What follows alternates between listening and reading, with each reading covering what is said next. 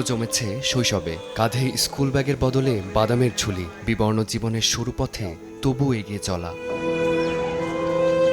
ক্লান্তিতে ছোট্ট শরীর এলিয়ে পড়ছে রেল স্টেশনে, পার্ক কিংবা ফুটওভার ব্রিজে। পরিবার টানতে টানতে হারিয়ে গেছে শৈশবের রংটাই। আম্মু তো মনে করেন সারাদিন একলা করতে পারে না দোকান, কোনো অভাবে সংসার কি করব, তার জন্য একটু বসা লাগে। ফুল বেচতে খাই, ফুল না বেচলে চলবে কেমন? বাপ নাই দেখে করতে পারিনি, পড়াশোনা করলে মারা দেখবো কেটে। এখন আমরা সবাই মোবাইল স্কুলে আসি, ঠিক আছে? সবাই উঠে আসো মোবাইল স্কুলে যাব আমরা। অবহেলিত এই শিশুদের জীবনে রং ছড়াতে ছুটে চলছে মোবাইল স্কুল। এটি দেখলেই ছুটে আসে শিশুরা, খেলার ছলে শিখে নেয় বর্ণমালা, ছবি আঁকে, জট খোলে গণিতের, আনন্দে ভাসে নিষ্পাপ জীবন। পড়ালেখা ছাড়া এখানে এসে ছবি বা গান, আমার এখানে ছবি আঁকতে ভালো লাগে। আমি এই পাখি আঁকানো শিখেছি লিডু স্কুলের থেকে।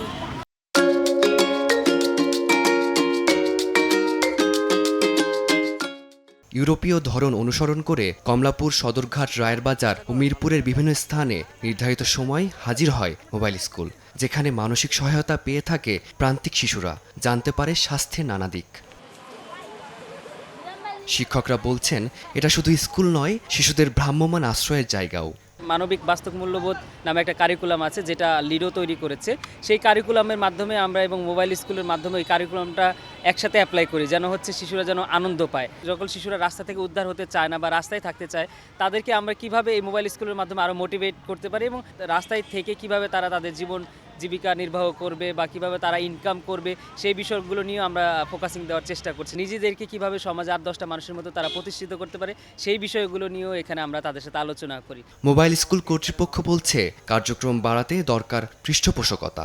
রাষ্ট্র ক্ষমতায় যারা আছেন, রাষ্ট্রীয় ব্যবস্থাপনায়, পাশাপাশি বিভিন্ন বড় বড় কোম্পানি, এরা যদি ঠিক পৃষ্ঠপোষকতা করে ঠিক সময় ঠিকভাবে, তাহলে আমরা ছাড়াও আরও অনেকে হয়তো এই অ্যাপ্রোচটা নিয়ে কাজ করা সম্ভব বা কাজ করতে পারবে। কারণ এই মোবাইল স্কুলের মাধ্যমে ঝরে পড়া শিশুদের খুব নিকটে যাওয়া যায়, কাছে যাওয়া যায় এই প্রক্রিয়াটা দিয়ে। কার্যক্রম পরিচালনায় আইন শৃঙ্খলা বাহিনী সহ স্থানীয়দের সহায়তা চান স্কুল পরিচালনাকারীরা।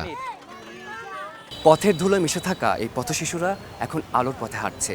মোবাইল স্কুলের পাঠশালায় তারা ফিরে পেয়েছে হারানো শৈশব আর কিছু স্বপ্ন দেখার সাহস। বইয়ের পৃষ্ঠা সবকিছু হয়তো তাদের এখনও পুরোপুরি জানা হয়নি, কিন্তু এই মোবাইল স্কুলের মাধ্যমে তারা জীবনের পাঠ শুরু করেছে ঠিকই।